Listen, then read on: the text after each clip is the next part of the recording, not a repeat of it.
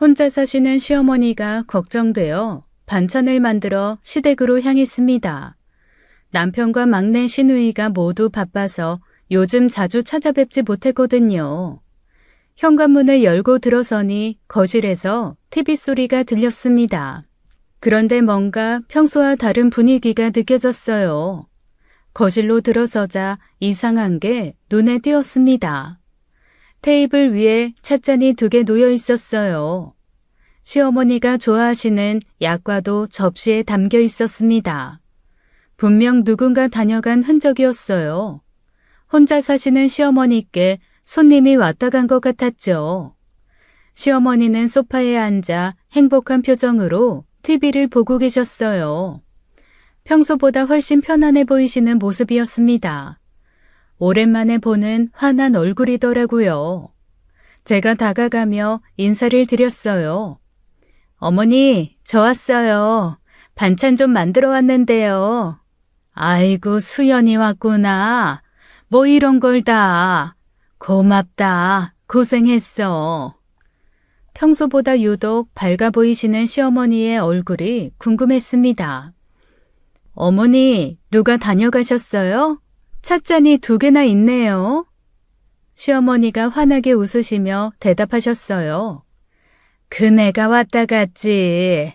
오랜만에 같이 밥도 먹고 차도 마셨어.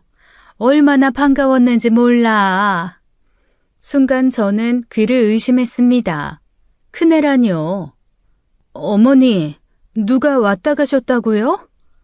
미경이가 왔다 갔다니까. 아까 막 가서 아쉽네. 조금만 일찍 왔으면 만났을 텐데.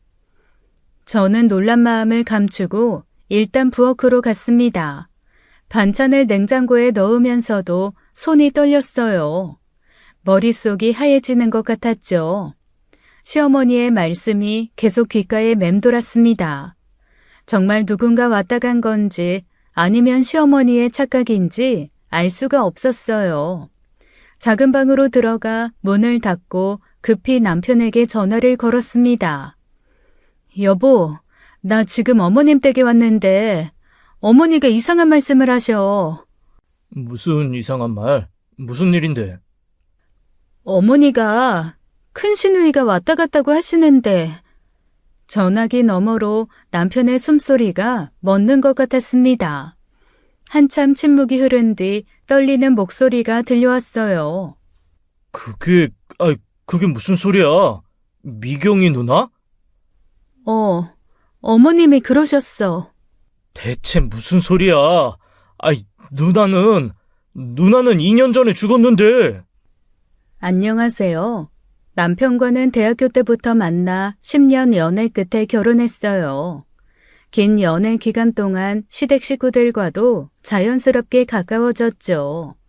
결혼할 때 시댁은 정말 화목한 대가족이었습니다.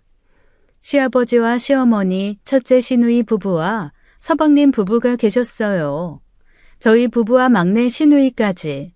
명절이면 다 같이 모여 웃음꽃을 피웠습니다. 특히 첫째 시누이는 시아버지와 유독 가까웠어요. 시아버지가 운영하시는 공장 일도 자주 도와드렸죠. 서방님도 자상하고 가족들을 잘 챙기는 분이셨습니다. 막내 시누이는 똑똑하고 감수성이 풍부한 아이였어요. 이렇게 평온한 시댁에 어느 날부터 끔찍한 비극들이 시작되었습니다. 몇 해 전 봄이었습니다. 시아버지가 운영하시던 작은 공장이 갑자기 경영난에 빠지기 시작했어요. 20년 넘게 안정적으로 운영해 오신 곳이었는데 말이죠. 거래처들이 하나둘씩 끊기기 시작했습니다. 대금 결제도 계속 미뤄졌어요. 자금 사정이 점점 악화되어 갔죠. 하지만 시아버지는 가족들에게 전혀 내색하지 않으셨습니다. 저희가 주말에 시댁에 갔을 때도 평소처럼 웃으시며 맞아주셨어요.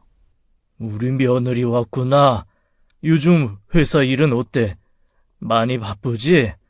얼굴이 좀 피곤해 보이는데 너무 무리하지 말고. 아버님이야말로 요즘 너무 수척해지신 것 같아요. 공장 일 때문에 잠도 제대로 못 주무시는 거 아니에요? 저희가 도와드릴 일 없을까요? 아이고, 내가 아직 팔팔한데 무슨 도움이 필요하겠어? 다 잘 돌아가고 있으니까 쓸데없는 걱정하지 마. 너희들이나 건강 잘 챙기고 이 준호도 너무 늦게까지 일하지 말라고 전해줘. 시어머니도 남편이 새벽부터 밤늦게까지 일하는 걸 걱정하셨습니다. 여보, 당신 요즘 밥도 제대로 안 먹고 새벽에 나가서 밤늦게 들어오고 이러다가 쓰러지겠어. 제발 좀 쉬면서 해. 공장 일이 그렇게 급해? 건강이 더 중요하지. 괜찮아, 여보. 내가 알아서 할게. 조금만 더 버티면 다 정리돼. 곧 편안해질 거야. 당신이 너무 걱정하면 내가 더 힘들어. 그러나 시아버지는 혼자서 모든 짐을 짊어지고 계셨어요. 새벽 4시에 나가서 밤 10시가 넘어서야 들어오셨죠. 주말에도 쉬지 않고 공장으로 출근하셨습니다. 거래처를 찾아다니며 필사적으로 매달리셨어요. 첫째 시누이가 걱정스러운 목소리로 전화를 했습니다. 올케, 아빠가 요즘 정말 너무 이상해. 한 달 사이에 살도 빠진 것 같고 얼굴이 너무 안 좋아. 우리가 도와드린다고 공장 어려우면 돈이라도 좀 보태드린다고 해도 절대 안 된다고만 하시고 진짜 무슨 일이 있는 것 같은데 아무 말씀도 안 하시네. 저도 너무 걱정돼요, 형님. 지난주에 뵀을 때 정말 많이 수척해 보이시더라고요. 어머니 말씀 들으니까 밥도 거의 못 드신다고 하시던데. 어느 토요일 새벽이었습니다. 첫째 시누이에게 시아버지가 밤부터 연락이 안 된다고 전화가 왔어요. 시누이는 불안한 마음에 직접 공장으로 찾아갔죠. 공장 사무실 문은 잠겨 있지 않았습니다. 불은 켜져 있었어요. 시누이가 문을 열고 들어갔을 때 충격적인 광경을 본 것입니다. 시아버지는 책상에 엎드려 계셨대요. 서류들이 어지럽게 흩어져 있었고요. 첫째 시누이가 다가가 시아버지를 불렀지만 대답이 없었습니다. 아빠, 일어나세요. 제발 대답 좀 해주세요. 아빠, 저 미경이에요. 아빠, 이러지 마. 제발 눈 좀 떠. 아빠. 119에 신고했지만 이미 늦었습니다. 심장마비로 새벽에 홀로 돌아가신 것이었어요. 병원에서는 과로와 스트레스가 원인이라고 했죠. 시누이의 전화를 받고 병원으로 달려갔습니다. 시어머니는 그 자리에서 주저앉아 통곡하셨어요. 여보, 왜 이렇게 혼자 가? 나보고 어떻게 살라고? 애들은 어떻게 하고? 공장 일이 그렇게 힘들었으면 말이라도 했어야지. 우리가 같이 해결했어야지. 왜 혼자서만 다 짊어지고 갔어? 첫째 시누이는 자책감에 몸부림쳤습니다. 내가 좀 더 일찍 갔어야 했는데, 어젯밤에라도 가봤어야 했는데, 아빠 혼자 그 차가운 사무실에서 얼마나 외롭고 힘드셨을까? 내가 옆에 있었으면 내가 딸이라고 하면서 아빠를 혼자 보내다니. 미안해요, 아빠. 정말 미안해요. 그렇게 시아버지는 우리 곁을 떠나셨습니다. 시아버지의 갑작스러운 죽음에 온 가족이 슬픔에 잠겼습니다. 하지만 첫째 시누이가 받은 충격은 우리 상상 이상이었어요. 시아버지의 차가운 시신을 처음 발견한 그 순간이 시누이를 완전히 무너뜨렸죠. 장례식장에서도 시누이는 제정신이 아니었습니다. 조문객들 앞에서 갑자기 쓰러졌어요. 심해부가 황급히 달려가 시누이를 안아 일으켰죠. 여보, 정신 차려. 괜찮아? 누가 여기 좀 도와주세요. 아빠 미안해요. 내가 늦었어요. 아빠 혼자 그 차가운 곳에 얼마나 아프셨을까? 얼마나 외로우셨을까? 아빠, 나 여기 있는데 왜 그렇게 가버리셨어요? 여보, 제발 정신 차려. 여보! 그날 신우이는 3번이나 시신했습니다. 병원에서 진정제를 맞고서야 겨우 안정을 찾았어요. 장례를 마치고 집으로 돌아온 후가 더 문제였습니다. 첫째 신우이는 방에서 나오지 않았어요. 하루 종일 커튼을 치고 어둠 속에 있었죠. 심해부가 밖에서 애타게 불렀습니다. 여보, 밥이라도 좀 먹어. 이틀째 아무것도 안 먹었잖아. 죽 한 그릇이라도 좋으니까 제발 문 좀 열어줘. 서윤이가 엄마 찾는다고. 나 좀 내버려둬. 일주일이 지나도 상황은 나아지지 않았습니다. 첫째 신우이는 극도의 우울증 증세를 보이기 시작했어요. 밥은 거의 먹지 않았고 물만 겨우 마셨죠. 10kg 가까이 살이 빠져 뼈만 앙상하게 남았습니다. 시어머니가 결국 신우이 집을 찾아가셨어요. 방문 앞에 주저앉아 울며 말씀하셨습니다. 미경아, 엄마야, 제발 문 좀 열어줘. 네가 이러면 아빠 편히 못 가. 아빠는 평생 네가 행복하길 바라셨다. 네가 이렇게 무너지는 거 원하지 않으셨을 거야. 엄마, 미안해요. 근데 안 되겠어요. 아빠한테 너무 죄스러워서 내가 좀만 더 일찍 갔으면 내가 아빠를 살릴 수 있었을 텐데.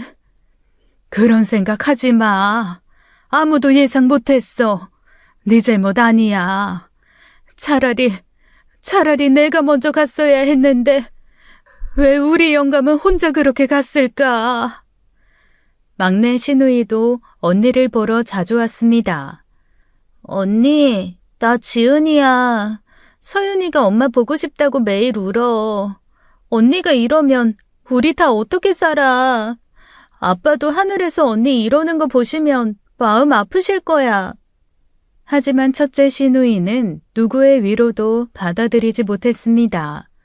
트라우마는 시간이 갈수록 더 깊어져만 갔어요. 온 가족이 첫째 신우이의 상태를 보며 또 다른 불행이 생길까 전전긍긍했죠. 첫째 신우이가 힘겨운 시간을 보내는 중 저희 부부도 충격적인 사실을 알게 되었습니다. 시아버지 공장에서 일하던 김 과장이라는 분이 남편을 찾아왔어요. 뭔가 할 말이 있는 듯 머뭇거리더라고요. 이런 말씀 드려도 될지 모르겠는데 선대 사장님이 돌아가시기 전에 이상한 일이 있었습니다. 무슨 일이 있었습니까? 편하게 말씀해 주세요. 사장님 처남 되시는 분 김형식 씨 말입니다. 몇 달 전부터 선대 사장님과 자주 싸우셨어요. 사무실에서 고성이 오가는 걸 여러 번 봤습니다. 선대 사장님이 그렇게 화내시는 거 처음 봤어요. 남편이 그 말을 듣고 바로 공장으로 갔습니다. 시아버지를 대신해 남편이 시아버지 공장을 운영하며 수습하고 있었거든요. 공장을 정리하며 서류를 살펴보기 시작했어요. 장부를 하나하나 확인하던 중 이상한 점을 발견했죠. 거래처 대금이 들어왔는데 통장에는 없었습니다.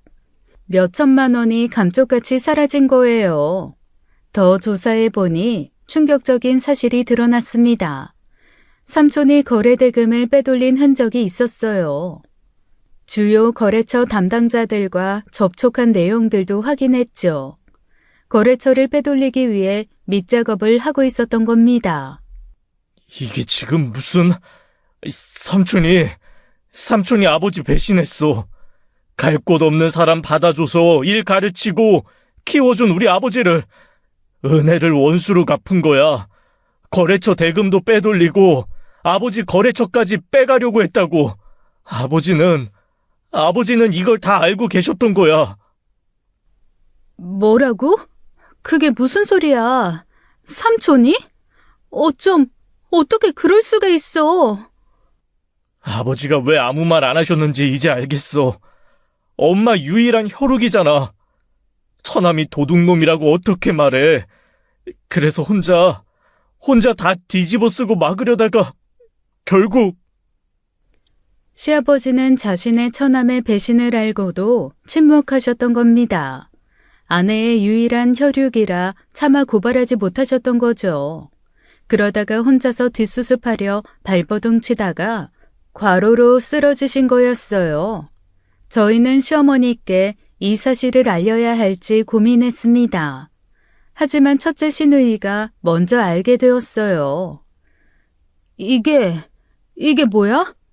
삼촌이 우리 아빠한테 이런 짓을 했다고? 아빠는 그 인간 믿고 다 맡기셨는데 그래서 아빠가 그렇게 말라가셨구나. 그래서 매일 새벽까지 혼자 사무실에 계셨구나. 아빠 얼마나 억울하셨을까. 여보 너무 흥분하지 마. 몸 안 좋은데 이러면 안 돼. 흥분하지 말라고? 내가 아빠를 가장 먼저 발견했어. 차가운 책상에 엎드려 계신 아빠를 내가 봤다고. 그게 다 삼촌 때문이었어. 그 인간이 아빠를 죽인 거야. 내가 그 집에 찾아가서 똑같이 만들어줄 거야. 온 가족이 배신감과 분노로 떨었어요. 시아버지의 죽음이 단순한 과로사가 아니었다는 진실이 밝혀진 순간이었습니다. 온 가족이 삼촌 집으로 찾아갔어요. 첫째 시누이가 앞장서고 남편과 저 막내 시누이가 따라갔어요. 시어머니는 집에 계시라고 했지만 막을 수 없었죠. 삼촌이 문을 열자마자 첫째 시누이가 서류를 들이밀었습니다. 이게 뭔지 설명 좀 해봐. 삼촌이 우리 아빠 회사 돈 빼돌린 거 다 나와 있어. 거래처도 빼갔잖아. 어떻게 인간이 그래? 은혜를 갚지 못할 망정 원수로 갚아? 뭔 소리를 하는 거야? 내가 언제 돈을 빼돌렸다는 거야? 삼촌, 증거 다 있어. 거래처 증언도 있고 아버지 이것 때문에 돌아가신 거야. 알아? 매형 죽은 게 왜 내 탓이냐? 매형이 사업을 못해서 망한 걸 왜 나한테 뒤집어 씌워? 내가 안 도와줬으면 진작 망했을 회사야. 오히려 나한테 고마워해야 해. 알아? 그 말에 결국 첫째 시누이가 폭발했습니다. 삼촌의 뺨을 있는 힘껏 때렸어요. 삼촌이 인간이야? 아빠 등에 칼 꽂고 그 피로 돈 세면서 잠은 잘 오디? 아빠 심장 멈추는 순간 삼촌이 쥐고 있던 그 더러운 돈, 그게 아빠 목숨값이야. 삼촌은 정말 천벌받을 거야. 내가 장담해. 삼촌 뺨에 깊은 첫째 시누이의 손톱 자국이 생기며 피가 흘렀습니다. 삼촌이 첫째 시누이를 밀치자 심해부가 달려들었어요. 이것들이 미쳤나? 남의 집에 와서 행패야. 당장 나가. 경찰 부를 거야. 경찰? 불러요. 어디 다 밝혀보자고요. 삼촌이 어떻게 이럴 수 있어요? 아빠가 삼촌 얼마나 챙겨줬는데 그걸 이렇게 갚아요? 다 나가. 이 증거 있으면 법으로 해. 여기서 이러지 말고. 그때 뒤에서 지켜보시던 시어머니가 나서셨습니다. 조용하지만 단호한 목소리였어요. 영식아, 네가 사업 실패해서 빚쟁이들한테 쫓길 때 우리 영감이 집담보로 3억 빼서 네 빚 갚아준 거 기억나냐? 네 딸 대학 등록금 없다고 울 때 그 학비 다 내준 것도 네 형부다. 그런데 너는 그 은혜를 이렇게 갚니? 돈이 그렇게 좋아? 형부 목숨보다 그 종이 쪼가리가 더 좋았어? 오늘부로 넌 내 동생 아니야. 우리 영감이 뭐라고 하셨는지 알아? 영식이 놈 가족이니 내가 끝까지 안고 가야지라고 했다. 그런 사람을 네가 죽인 거야. 삼촌은 말을 잇지 못했습니다. 시어머니는 그런 삼촌의 눈을 빤히 바라보며 말하셨어요. 너 대체 누구니? 이제 나도 네가 누군지 모르겠다. 내 동생은 이미 죽었어. 우리 영감 죽은 날 내 동생도 같이 죽은 거야.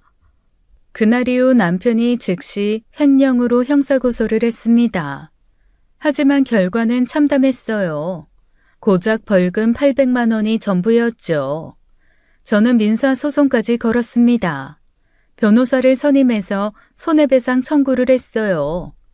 그런데 삼촌은 이미 재산을 다 빼돌린 후였습니다. 민사재판에서도 삼촌은 뻔뻔했죠. 돈이 없다며 배를 째라는 식으로 나왔어요. 재산 추적을 해봤지만 이미 모두 타인 명의로 돌려놓은 후였죠. 강제 집행조차 불가능한 상황이었습니다. 아무것도 할 수 없었어요. 법은 우리 편이 아니었어요. 정의는 없었고 악인만 떳떳하게 살아갔죠. 첫째 시누이는 완전히 무너져 내렸습니다. 아버지의 원수도 갚지 못한 자신을 자책했어요. 무능한 딸이라며 하루 종일 울기만 했죠. 시아버지께 너무 죄스럽다고 계속 중얼거렸습니다. 심해부가 아내를 안아주며 달랬지만 소용없었습니다. 정의는 없고 악인만 뻔뻔하게 살아가는 현실이 너무 잔인했어요. 그렇게 1년이 흘렀습니다. 시간은 무심하게도 계속 흘러갔어요. 상처받은 우리 가족도 조금씩 일상을 되찾아가려 했었죠. 첫째 시누이는 심해부의 간곡한 부탁으로 정신과 상담을 받기 시작했습니다. 처음엔 거부했지만 딸 서윤이를 생각하며 병원에 다니기로 했어요. 아직도 가끔 무너지는 날들이 있었지만 약물 치료와 상담이 조금씩 도움이 되었죠. 무엇보다 그 어린 조카가 시누이에게 엄마 아프지 마라고 안아줄 때 시누이는 다시 살아야겠다는 의지가 생겼다고 합니다. 시어머니는 겉으로는 담담해 보이셨지만 혼자 계실 때면 자주 우셨어요. 남편 사진을 보며 혼잣말을 하시는 걸 몇 번 목격했죠. 그래도 자식들 앞에서는 늘 씩씩한 척 하셨습니다. 남편은 아버지의 공장을 정리하고 새 직장을 구했어요. 퇴근 후엔 어머니 집에 자주 들러 말벗이 되어드렸죠. 가끔 아버지 꿈을 꾸면 아침에 눈이 붓곤 했습니다. 막내 시누이는 서울로 돌아가 대학원 공부에 전념했어요. 아버지가 늘 자랑스러워 하시던 막내의 학업이었기에 더 열심히 했죠. 주말마다 내려와 어머니와 언니를 살피며 가족을 챙겼습니다. 저는 시어머니를 더 자주 찾아뵙고 좋아하시는 반찬을 만들어 드렸어요. 시아버지가 안 계신 빈자리가 너무 컸지만 남은 가족들이 더 단단해지려 노력했습니다. 그래도 명절이나 시아버지 기일이 되면 모두가 침묵에 빠졌어요. 특히 첫째 시누이는 아버지 기일이 다가오면 다시 불안정해지곤 했죠. 상처가 아물어가는 듯 했지만 완전히 치유되지는 않았습니다. 시어머니 생신 전날이었어요. 4월의 따뜻한 봄날이었어요. 저와 남편은 아침 일찍 시댁으로 향했습니다. 생신상에 올릴 음식들을 정성껏 준비하기 위해서였죠. 시댁에 도착하니 마당에 목련이 하얗게 피어 있었습니다. 시아버지가 심으신 나무였어요. 꽃을 보니 시아버지 생각이 나서 가슴이 먹먹했죠. 하지만 오늘만큼은 밝은 마음으로 준비하려 했습니다. 갈비찜, 잡채, 전 종류들을 만들기 시작했습니다. 시어머니가 좋아하시는 음식들로 가득 채우고 싶었어요. 부엌에서 요리하던 중 거실을 보니 시어머니가 소파에 앉아 계셨습니다. 돋보기를 쓰고 휴대폰을 들여다보고 계셨어요. 뭔가 진지하게 읽으시는 것 같았죠. 어머니, 뭘 그렇게 보세요? 큰애가 문자를 보냈는데 글씨가 작아서 잘 안 보이네. 제가 가까이 다가가 휴대폰을 받아 들었습니다.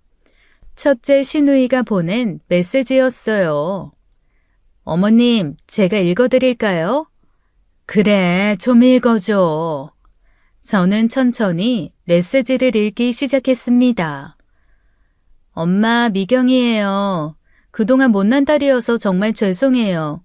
아빠 가신 후로 제가 얼마나 엄마 마음 아프게 했는지 알아요.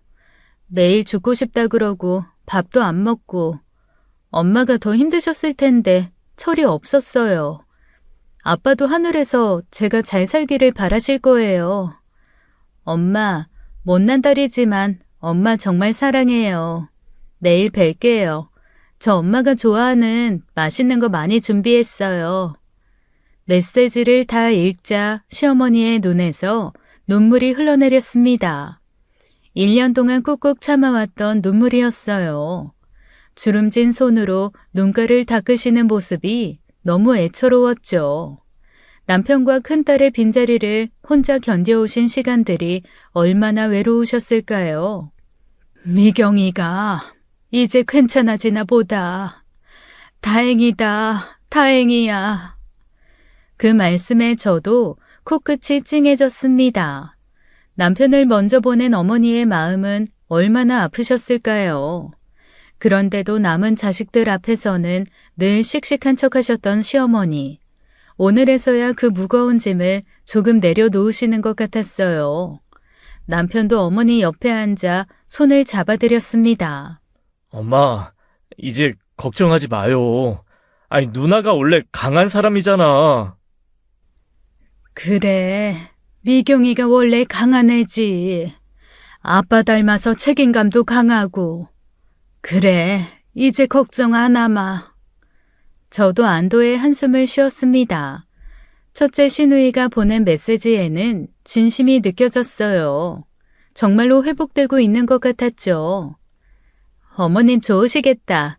온 가족이 오랜만에 다 모이네요. 그래, 다들 건강한 모습으로 만나면 좋겠어. 영감도 하늘에서 기뻐하실 거야. 그날 밤 창밖으로 보름달이 환하게 떠올랐어요. 시아버지가 계셨다면 달이 참 밝구나 라고 하셨을 텐데 빈자리가 느껴졌지만 남은 가족들이 더 단단히 뭉쳐야 한다고 생각했어요. 시어머니도 오랜만에 편안한 표정으로 주무셨어요. 큰딸이 회복된다는 안도감 때문이었죠. 잠든 시어머니의 얼굴에는 작은 미소가 머물러 있었습니다. 내일은 좋은 날이 될 거라고 믿었어요. 하지만 몰랐습니다. 그것이 첫째 시누이가 보낸 마지막 메시지였다는 것을. 희망이라 믿었던 그 메시지가 작별 인사였다는 걸 말이에요. 다음 날 아침 7시였습니다. 남편 휴대폰이 요란하게 울렸어요. 이준호님 전화 맞으신가요? 여기 성모병원 응급실인데요. 이미경 씨가 교통사고로 실려왔습니다. 보호자분이 빨리 오셔야 할 것 같아요. 남편의 얼굴이 하얗게 질렸어요. 저희는 아무것도 챙기지 못한 채 병원으로 달려갔습니다. 응급실에 도착하니 의사가 달려왔어요. 고속도로에서 대형 트럭과 측면 충돌이 있었습니다. 운정석과 조수석에 계신 분들은 현재 수술 중이지만 상태가 매우 위중합니다. 네? 뭐라고요? 수술실 앞에서 기다리는 시간은 지옥 같았습니다. 시어머니도 막내 시누이와 함께 도착하셨어요. 시어머니의 모습이 너무 애처로웠죠. 미경이는? 큰애는 어디 있니? 준호야, 미경이는? 엄마, 그게... 미경이는 괜찮은 거야? 지금 수술 중이에요. 의사 선생님이 최선을 다하고 계세요. 시어머니가 수술실 문을 바라보며 울음을 간신히 참으셨어요. 떨리는 손을 모아 제발 첫째 시누이를 살려달라고 기도를 하기 시작하셨죠. 그도 시어머니를 따라 기도를 했습니다.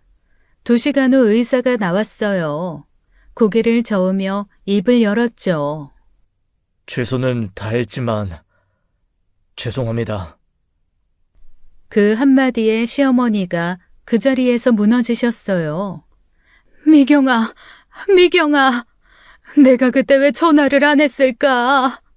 내 딸 목소리라도 들을걸. 간호사가 시누이 딸 서윤이를 데려왔습니다.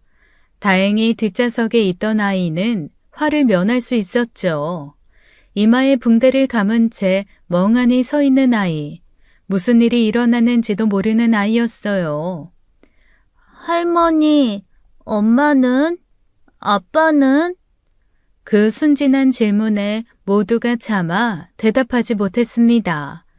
시어머니는 첫째 딸이 남기고 간 손녀를 품에 안고 깊은 울음을 토해내셨죠. 병원 복도엔 시어머니 울음소리로 가득 찼어요. 그렇게 시아버지를 보내고 1년 만에 저희 가족은 또다시 절망에 빠지고 말았습니다. 그 후 저와 남편은 소윤이를 데려와 키우기로 했어요. 5살 조카는 이제 우리 딸이 되었어요. 그렇게 첫째 시누이가 세상을 떠난 지 2년이 흘렀습니다. 그런데 시어머니가 죽은 시누이와 밥을 먹었다고 하신 거예요. 그러니 제가 놀랄 수밖에요. 전화를 끊고도 손이 계속 떨렸어요. 남편이 회사를 조퇴하고 급히 시댁으로 달려왔습니다. 거실에 앉아 계신 시어머니는 여전히 평온해 보이셨어요. 남편이 조심스럽게 물었습니다. 엄마, 아까 누나가 왔다 갔다고? 그래, 미경이가 점심 먹으러 왔었어. 김치찌개 끓여줬더니 맛있다고 잘 먹더라. 근데 넌 어쩐 일이니? 이러는 날 아니야? 엄마, 누나는... 그때 제가 남편 손을 꽉 잡았어요. 고개를 가로저었죠. 남편과 저는 서로를 바라봤습니다. 시어머니의 눈빛은 너무나 또렷했어요. 거짓말하는 것 같지도 헷갈려 하는 것 같지도 않았죠. 작은 방으로 가서 남편과 심각하게 상의했습니다. 이거 좀 심각한 것 같은데? 아버지 돌아가시고 누나 부부까지... 어머니가 받은 충격이 너무 컸나 봐. 설마 혹시 충격으로 치매가 발병하신 걸까? 왜 갑자기 큰 충격받으면 그럴 수 있다고 어디서 들은 것 같은데. 아니면 다른 문제? 어쩌지? 어머니 혼자 두면 안 될 것 같은데. 일단 창식이한테 연락해 볼게. 걔 정신과 의사잖아. 당장 연락해서 진료 예약 잡을게. 거실로 돌아와 시어머니께 말씀드렸어요. 어머니, 당분간 저희 집에 계세요. 서윤이도 민주도 할머니 보고 싶어 해요. 갑자기? 아니야. 나는 여기가 좋다. 영감이랑 50년 산 집인데. 그리고 미경이도 가끔 오는데. 엄마, 그래도 혼자 계시면... 아이고, 얘들이 왜 갑자기 그래? 뭐 나 모시고 살겠다고? 괜찮다. 내가 아직 멀쩡해.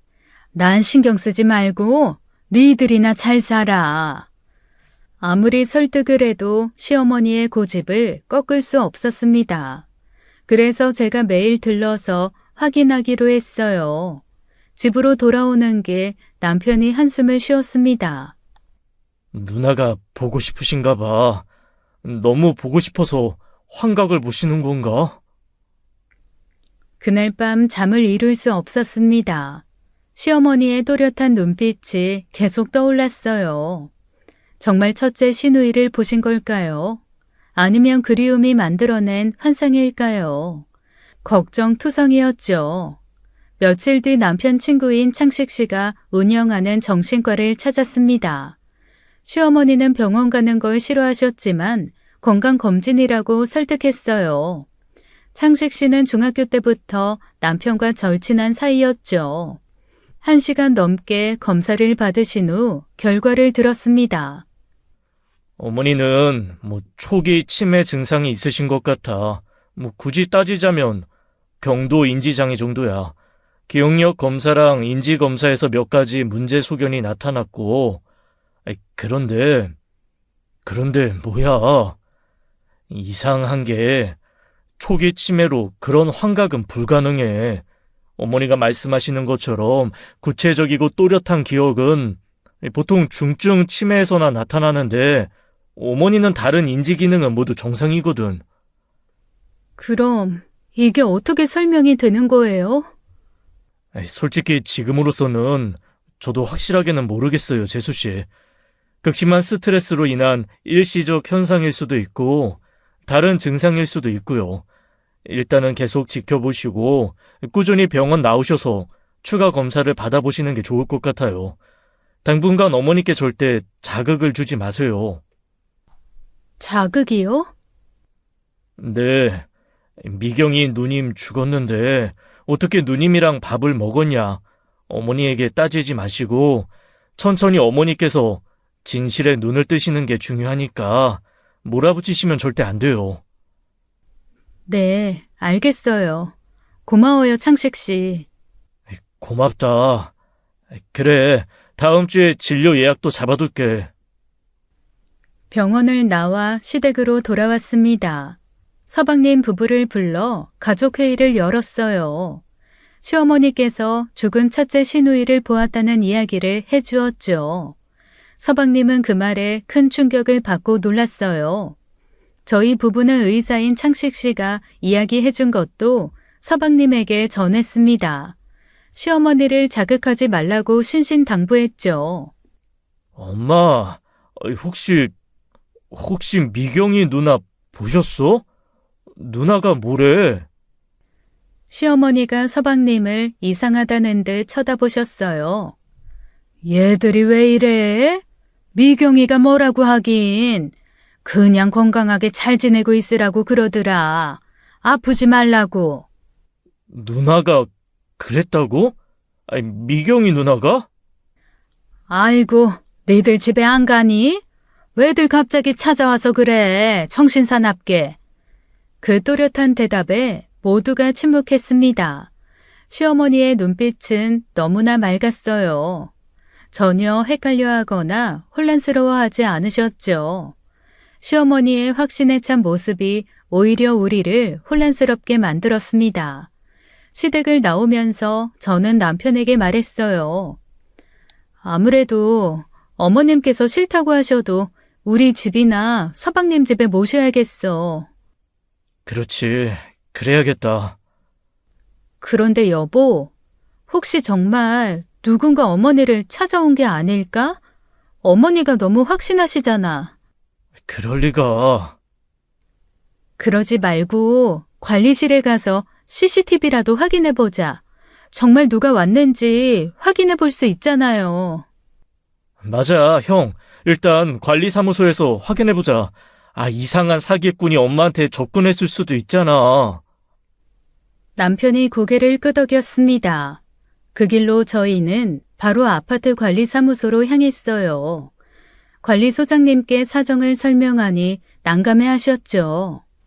이거 저희가 함부로 보여드릴 수가 없는데 경찰분 대동하고 함께 확인해야 해요. 소장님, 저희 어머니가 혼자 사시는데 이상한 사람이 접근했을 수도 있어서 그래요. 제발 확인만 하게 해주세요. 근데 소장님, 저희가 경찰에 신고하기 전에 확실한지 먼저 확인하고 싶어서 그래요. 부탁드립니다. 그거 참. 결국 간곡한 부탁 끝에 겨우 CCTV를 볼 수 있었습니다.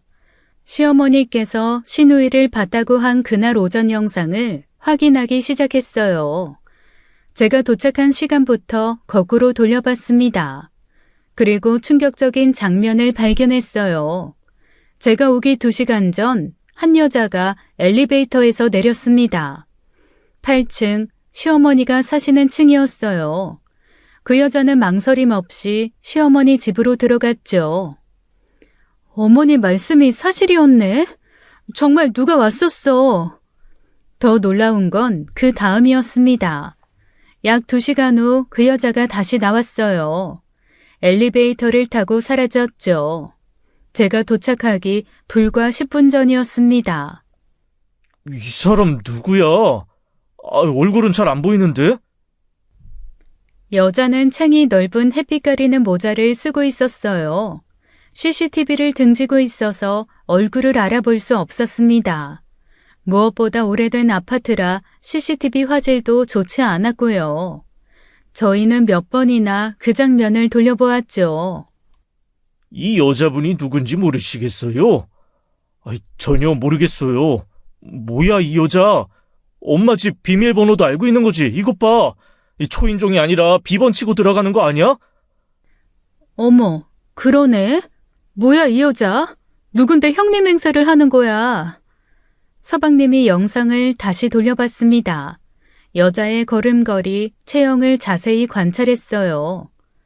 키가 165cm 정도 되는 것 같은데, 뒷모습이 누나랑 비슷하긴 한데? 설마, 아니야, 말도 안 돼. 형님은 2년 전에 돌아가셨는데. 그때 남편이 막내 시누이에게 전화를 했어요. 혹시 시어머니 집에 왔었는지 묻기 위해요. 지은아, 너 혹시 엄마 집에 왔었어? 서울이야? 안 왔다고? 뭐래, 지은이도 아니래? 지은이도 지금 서울이라네. 일단 경찰에 신고하자.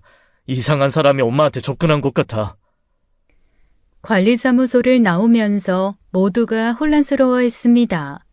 시어머니의 말이 환각이 아니었어요.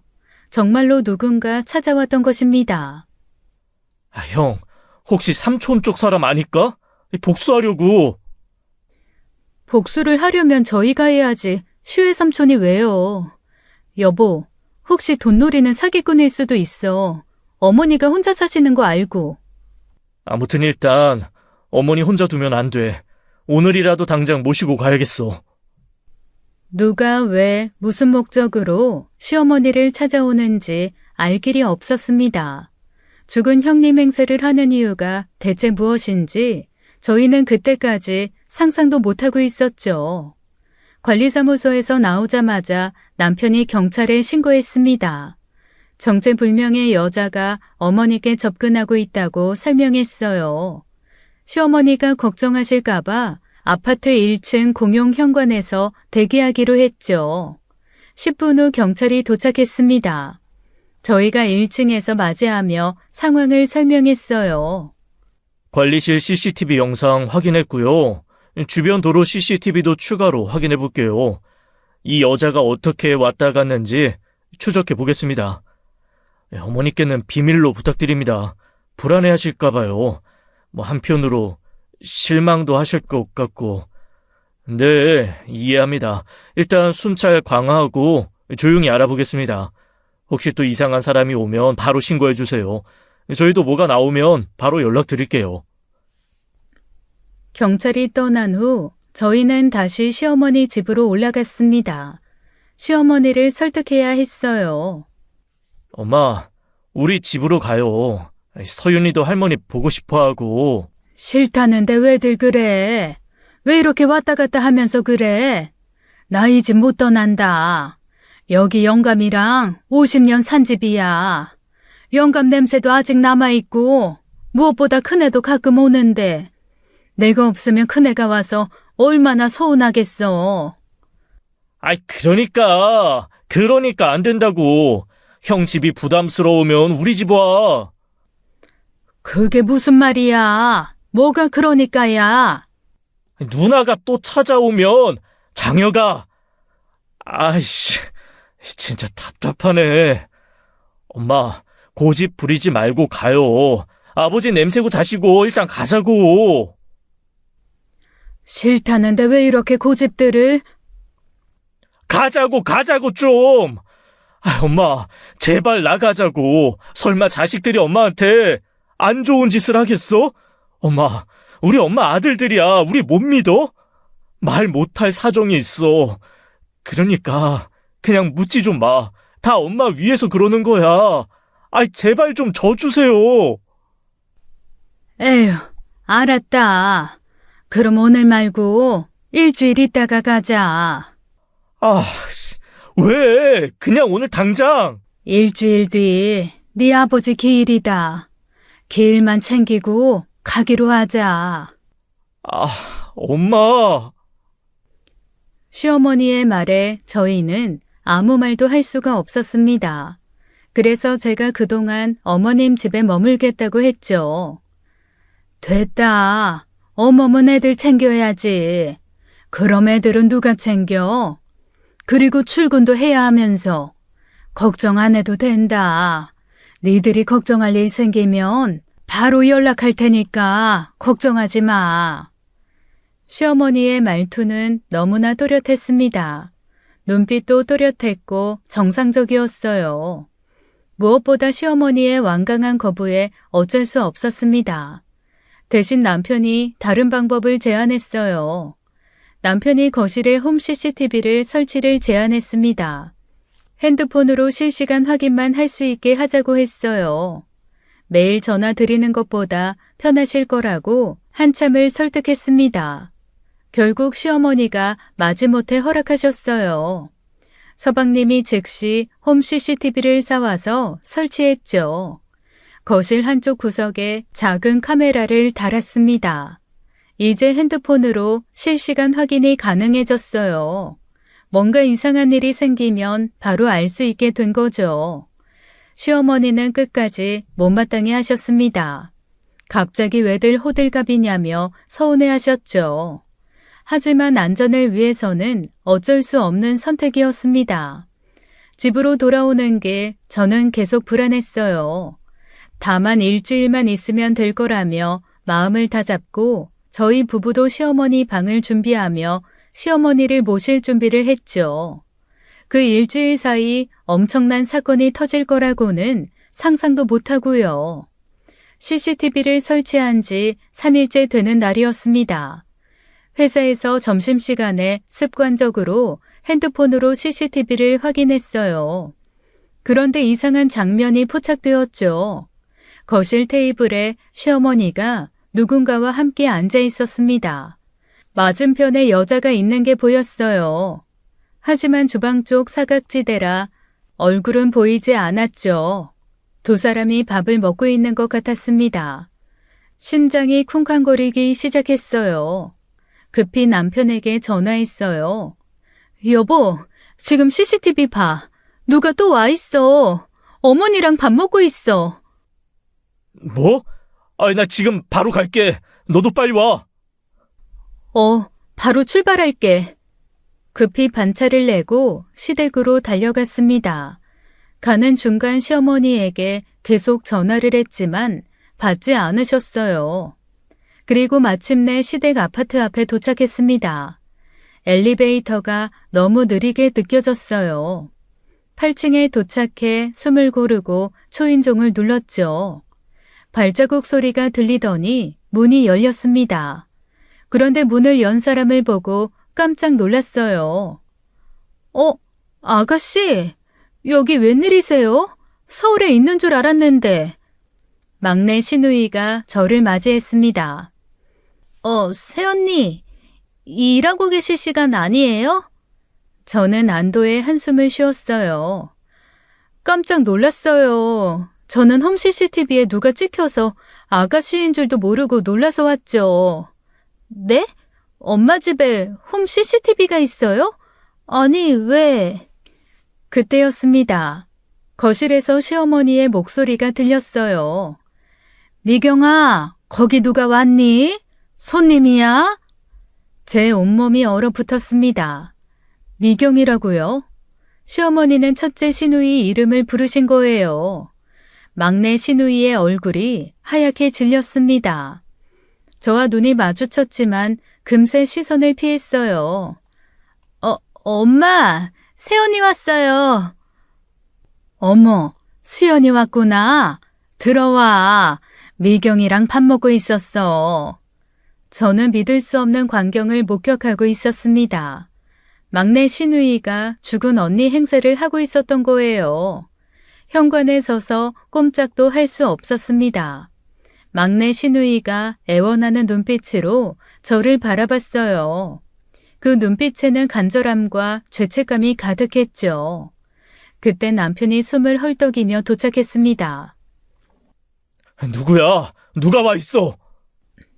남편도 막내 시누이를 보고 놀란 표정을 지었어요.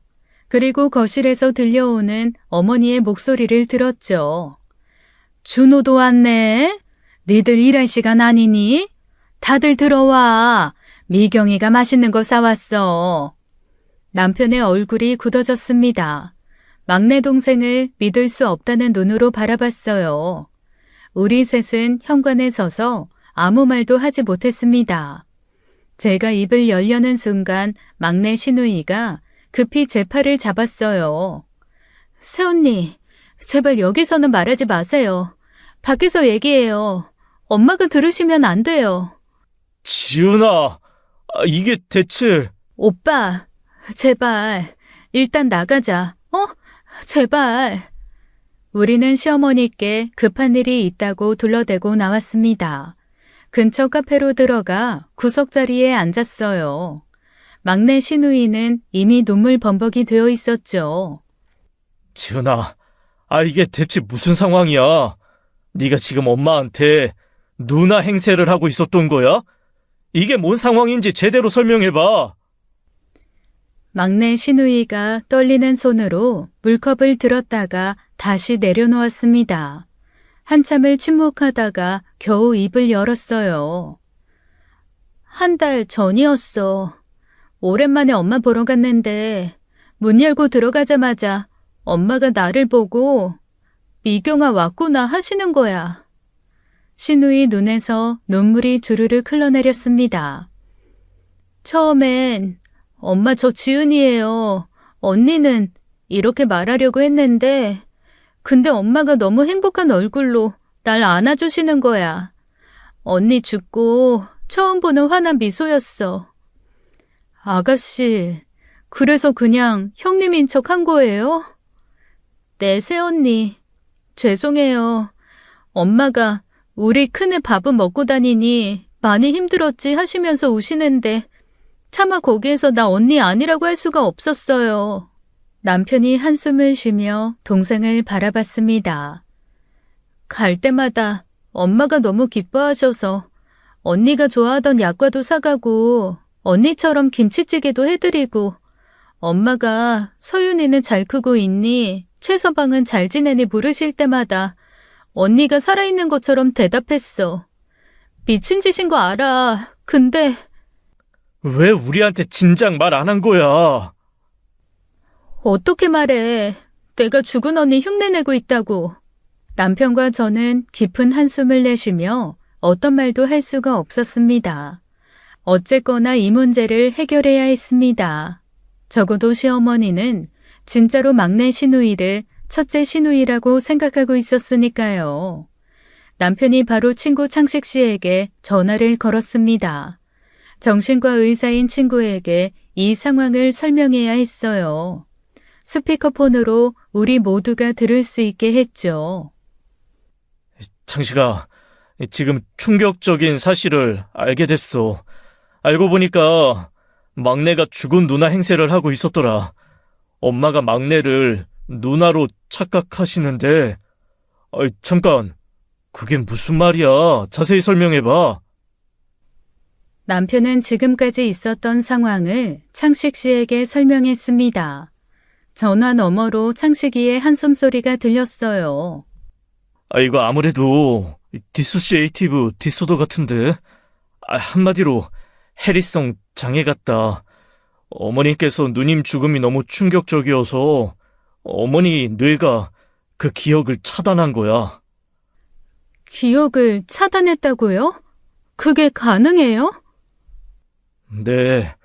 어머님이 자신의 큰딸의 죽음을 스스로 인정하면 정신이 완전히 붕괴될 수 있다고 판단해서 그래서 어머님 뇌가 스스로를 보호하려고 그 사실 자체를 부정하는 거예요.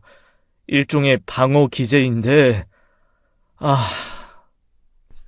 그럼 어떻게 해야 돼요? 제가 계속 언니인 척 해야 하나요? 절대 그러면 안 돼. 천천히, 아주 천천히 어머님이 현실을 받아들이게 해야 해. 먼저 지금 옆에 있는 사람이 누님이 아니라 지은이 너라는 걸 천천히 인지시켜야 돼. 어떻게 인지시켜 그걸. 누나가 죽은 걸 다시 깨닫는 순간 엄마가 무너진다며. 갑자기 충격을 주면 안 돼. 막내가 점진적으로 자기 정체성을 드러내야 해. 주변에서 지금 엄마 옆에 있는 사람이 누구냐 먼저 물어봐. 그리고 천천히 엄마, 난 미경이 언니 아니고 저 지은이에요 라는 식으로 부드럽게 누구인지를 분명하게 인지를 시켜드려봐. 어머니가 혼란스러워 하시면 잠시 멈추고 이 과정을 몇 주에 걸쳐 반복해야 돼. 그럼 언니의 죽음은요? 그건 더 나중 단계야. 먼저 막내로 인식하게 한 다음 아주 조심스럽게 현실을 받아들이도록 도와야 돼. 그러다 보면 어머니께서 스스로 알게 되실 거야. 전문가 상담도 병행하는 게 좋을 거야. 전화를 끊고 우리는 서로를 바라봤습니다. 시어머니의 마음이 얼마나 아프셨으면 이렇게 되셨을까요? 저는 한없이 눈물이 흘렀습니다. 그리고 며칠 뒤 시어머니 생신날이 되었어요. 이날은 첫째 시누이의 기일이기도 했습니다. 심지어 시누이 기일 3일 뒤는 시아버지 기일이기도 했어요. 그래서 시어머니는 2년 전부터 생신을 챙기지 않으셨어요. 하지만 올해는 가족들이 모두 모여 조촐하게 식사하기로 했습니다. 막내 시누이 사건을 전해 들은 서방님도 함께했어요. 시댁으로 가는 길 서방님이 조용히 말했습니다. 형, 오늘은 일단 어머니 뜻대로 해드리자. 생신날인데 충격 드리면 안 될 것 같아. 그래, 창식이도 천천히 하라고 했으니. 시어머니 집에 도착했습니다. 정성껏 준비한 미역국과 반찬들을 차렸어요. 시어머니는 오랜만에 가족이 모여서인지 기분이 좋아 보이셨어요. 그런데 갑자기 시어머니가 두리번거리기 시작했습니다. 큰애는 어디 있어? 미경이 안 왔어? 막내 시누이가 주방에서 나왔습니다. 시어머니가 막내를 보시더니 환하게 웃으셨어요. 미경아, 거기 있었구나. 엄마가 얼마나 찾았는지 알아? 막내 시누이가 입을 열었습니다. 엄마, 언니는... 그 순간 남편이 재빨리 막내 시누이의 손을 잡았어요. 고개를 저으며 눈으로 신호를 보냈죠. 창식 씨가 말한 대로 오늘은 아니라는 뜻이었습니다. 막내 시누이의 눈에 눈물이 고였어요. 떨리는 목소리로 겨우 대답했어요. 엄마, 나 여기 있어. 생일 축하해, 엄마. 시어머니가 막내 시누이를 꼭 안아주셨습니다. 우리 큰애, 많이 보고 싶었다. 잘 왔어. 네, 엄마. 저는 부엌으로 가서 눈물을 닦았습니다. 이 거짓말이 옳은 건지 모르겠지만 시어머니의 행복한 표정을 보니 마음이 복잡했어요. 식사가 시작되었습니다. 시어머니는 오랜만에 약주까지 하셨어요.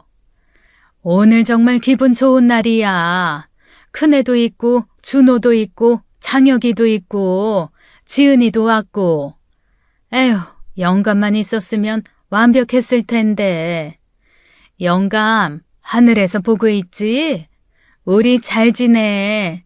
그러니까 이제 걱정하지 마시고 편하게 있으셔. 어머니, 건배 한번 하시죠. 어머니 건강하시라고. 모두가 잔을 들었습니다. 막내 시누이는 고개를 숙인 채 잔을 들었어요. 눈물이 뚝뚝 떨어지는 게 보였죠. 미경아, 왜 울어? 엄마 생일인데 울면 안 되지. 그냥 엄마가 건강하셔서 고마워서요. 야, 지은아, 좋은 날 울지 말고 우리 건배하자. 우리 어머니 건강하시라고. 어? 참나. 형은 왜 우냐? 그래. 우리 다 같이 가족의 건강을 위하자. 다들 아프지 말고, 응? 그렇게 생신상은 계속되었습니다. 진실과 거짓 사이에서 가족들은 시어머니의 마지막 행복을 선택했어요. 슬프지만 따뜻한 그리고 가슴 아픈 생신상이었습니다. 생신날 밤 막내 시누이가 취하신 시어머니를 모시고 방으로 들어갔어요. 이불을 덮어드리고 인사를 하는 모습이 보였어요. 그런데 방에서 나오자마자 이상한 일이 벌어졌죠. 막내 시누이가 갑자기 주저앉아 울기 시작했습니다. 소리도 내지 못하고 어깨만 들썩이며 흐느꼈어요. 지은아, 왜 그래? 무슨 일이야? 야, 무슨 일 있어? 어머니가 뭐라고 하셨어? 막내 시누이는 대답도 못하고 계속 울기만 했습니다. 손으로 입을 막고 억지로 울음을 참는 모습이었어요. 우리는 당황해서 어쩔 줄 몰랐죠. 그날 이후 놀라운 일이 일어났습니다. 시어머니는 더 이상 첫째 시누이를 찾지 않으셨어요. 막내 시누이도 언니 행세를 할 필요가 없어졌죠. 마치 모든 게 제자리를 찾은 것처럼요. 그리고 1년이 흘렀습니다.